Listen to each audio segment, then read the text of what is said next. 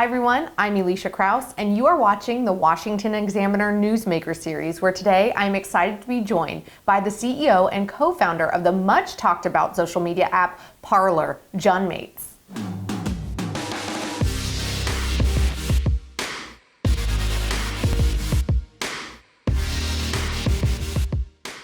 John, thank you so much for being here today and making time. Thank you.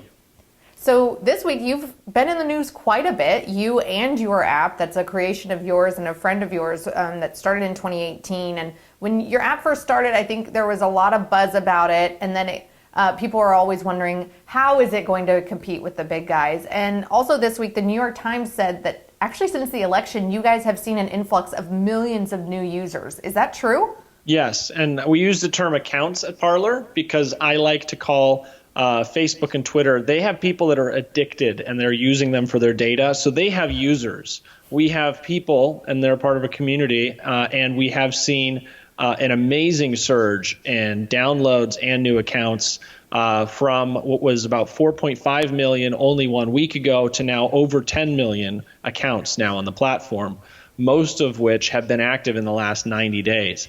It is incredible, and people are still flocking, and I think it's going to be a big trend that just keeps continuing over the next couple of years because people don't trust these big tech oligarchs anymore. They're big and evil, and they're taking advantage of people's data, and they're silencing people's voices. They're really kind of overreaching to an extent that's scary, and people are really realizing this. They're waking up and saying, we got to do something about it. So how are you different from the kind of big guys that have been out there that kind of overturned? First, it was MySpace. I am old enough to remember Zynga. Then it was Facebook and Twitter and Instagram, which, are all these big conglomerates. How are you different? You mentioned you don't use your account data, but are you doing anything with that data that you have from all of your members? Well, first off, I miss MySpace marquees. I don't know, when you could do the HTML code and customize your MySpace page? I miss that. Mine was blue, like my shirt, because that's my favorite color. You had your music playing. It was obnoxious. You never knew what you get when you get to someone's page. I love that, though.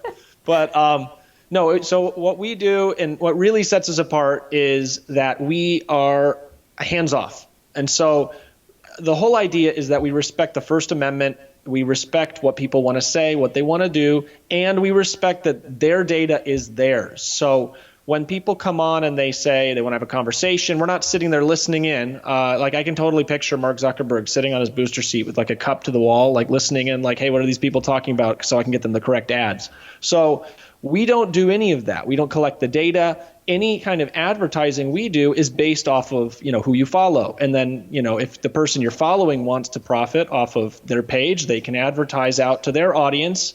We, of course, share the profit with them because we're supplying the service. They are the ones who brought the attention. They deserve a little bit of the revenue.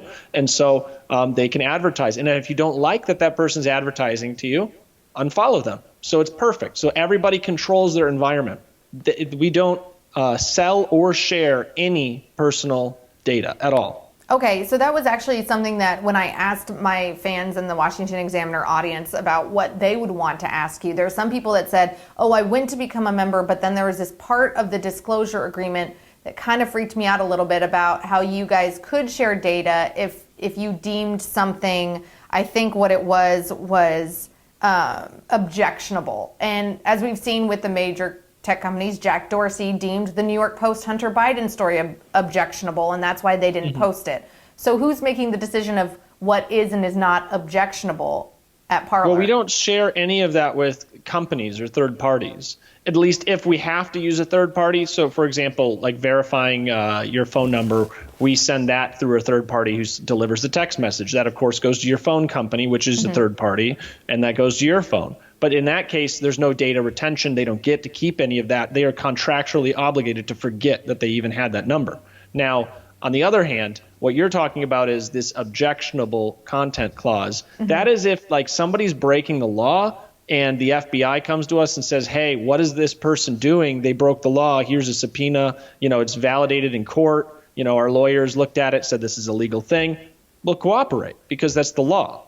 So that's what this clause is for. We don't give it to third parties. We're not sitting there working out deals with advertisers. In fact, advertisers, because we've started our ad network this year and it's been very successful so far. Advertisers are shocked when they ask us for emails and phone numbers and we say, no, we literally don't give it to you. I know that we're saying that, but we actually mean it. And every time they're shocked that we actually follow through with that, because it's true. We don't share data. We don't mine data. We don't give it to anybody. Whatever comes to Parler is private between you and Parler. Okay, so you don't have like a task force or a committee like Facebook and the other tech companies have that are determining what information can and cannot be shared on your app? No, first off, it's a horrible business decision. You know, how many thousands of people have Facebook and Twitter hired just to like go around and try to justify, fact-checking content and trying to figure out what's true or not?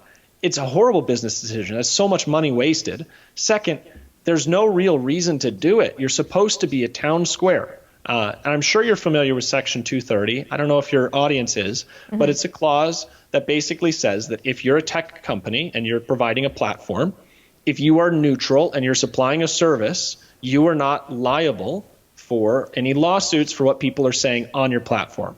And so Facebook historically, like they've had horrible mass shootings that have been live streamed and stuff, and none of the victims can sue Facebook over it.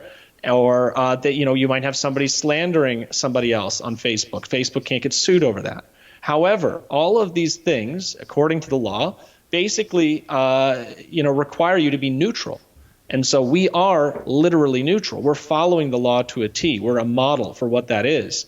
And by being just a neutral town square. Now, these other platforms, not so much. So we're going to see what happens there. But really, it's not a good business decision, and it's not a good legal decision either, because they're really pushing the envelope, and it's only a matter of time before they get caught, in court with this. So one of the things that we've seen recently, and even next week, Zuckerberg and Dorsey are going to be appearing before Congress to talk about this kind of stuff. And lots of times on the left, you hear people say, well, they're not censoring enough. And on the right, you hear people saying they shouldn't be censoring at all. If you were asked to appear before Congress, would you do so? Would I appear? Of course. Yeah. Yes. No, of course I would. And can you speak to whether or not there's been any foreign interference on your app when it comes to election posts? See, the only foreign interference that can occur into an election, in my opinion, is if somebody's literally flying in from Russia and writing in ballots and changing the ballots, or, trying to get into a congressman or senator or president's ear.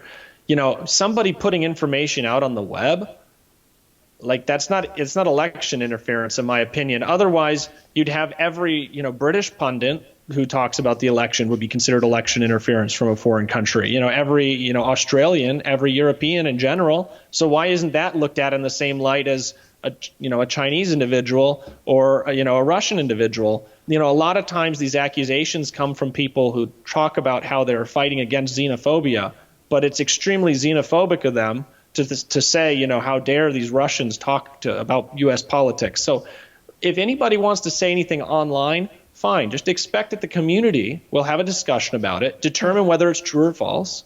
And I believe in the American people, and I'm sure you do too, that the American people are smart enough to figure out what's true and not true on their own without, some authoritarian leader coming in and saying, nope, I fact-checked this as false, even though historically their fact-checking has proved to be both biased and wrong, especially right now with the coronation of Joe Biden. Now, I get it. He's the presumptive nominee. Right now, according to the numbers, it looks like he's going to win. That's fine, if that's what they want to say. But he's changed his bio to saying he is president-elect. That is factually false. Twitter, Facebook, Google, all of these companies are letting him get away with it. They're saying, yep, that sounds good. It passes our fact checkers, but it's factually false. Wikipedia has changed the definition of what president-elect means so that Facebook and Twitter can actually justify not fact-checking Joe Biden, whereas only 2 weeks ago or a week ago, they were fact-checking President Trump on the exact same things. This is not an advocacy for Trump or a diss to Biden. This is just me calling out the hypocrisy of what these so-called, town squares or platforms are, whereas we are truly the only one because we are not getting involved in this. It's really important. And this isn't a left-right thing. This isn't anything other than just we are remaining neutral and we're sticking to it. And we invite both sides, the left, the right, upside down, whatever you believe, to come on Parler and have a discussion. That's what America's all about. You mentioned their like their bias and the information that they choose to change even and say is true. One of the things that seemed very hypocritical about the Twitter decision to block the New York Post Hunter Biden laptop story was, as Ben Shapiro and many other right-wing pundits have pointed out, they were fine when it was the New York Times releasing Trump's stolen or hacked tax returns. Will your platform allow hacked information? Well, first off, Hunter Biden's laptop was not hacked. It was that was just given to the guy and in forfeit of payment. So that isn't really considered hacking. Now, stealing someone's tax return, that's probably considered hacking. Now, once again, I know this sounds biased because I'm saying, they're wrong here and this person's right. But in reality, this is me just calling out the hypocrisy. I'm not being biased. This is neutral. And this is me, is my opinion too. No, we will not have a hacked data policy. We don't care how the data gets there as long as it's not illegal. If it's illegal, the authorities will come to us and tell us, hey, that is illegal. Do something about it. We'll say, okay, what does the court think? The court will say what they think, and we'll say, okay, we'll comply. Or if we think something's really a threat, if our CPO and our jury system thinks this person genuinely is, trying to kill somebody or threaten somebody, then sure, we'll get involved in that capacity. But if it's not illegal and if it's just politics, we're not getting involved. I don't want anything to do with politics. That's not our business model. We want to provide people a place to have discussions, and we want to serve people the best we can. And that's all we want. So the final question then, what is your view, or how do you feel like you can serve your members the best you can? And say we're talking a year from now, where would you like to see your company?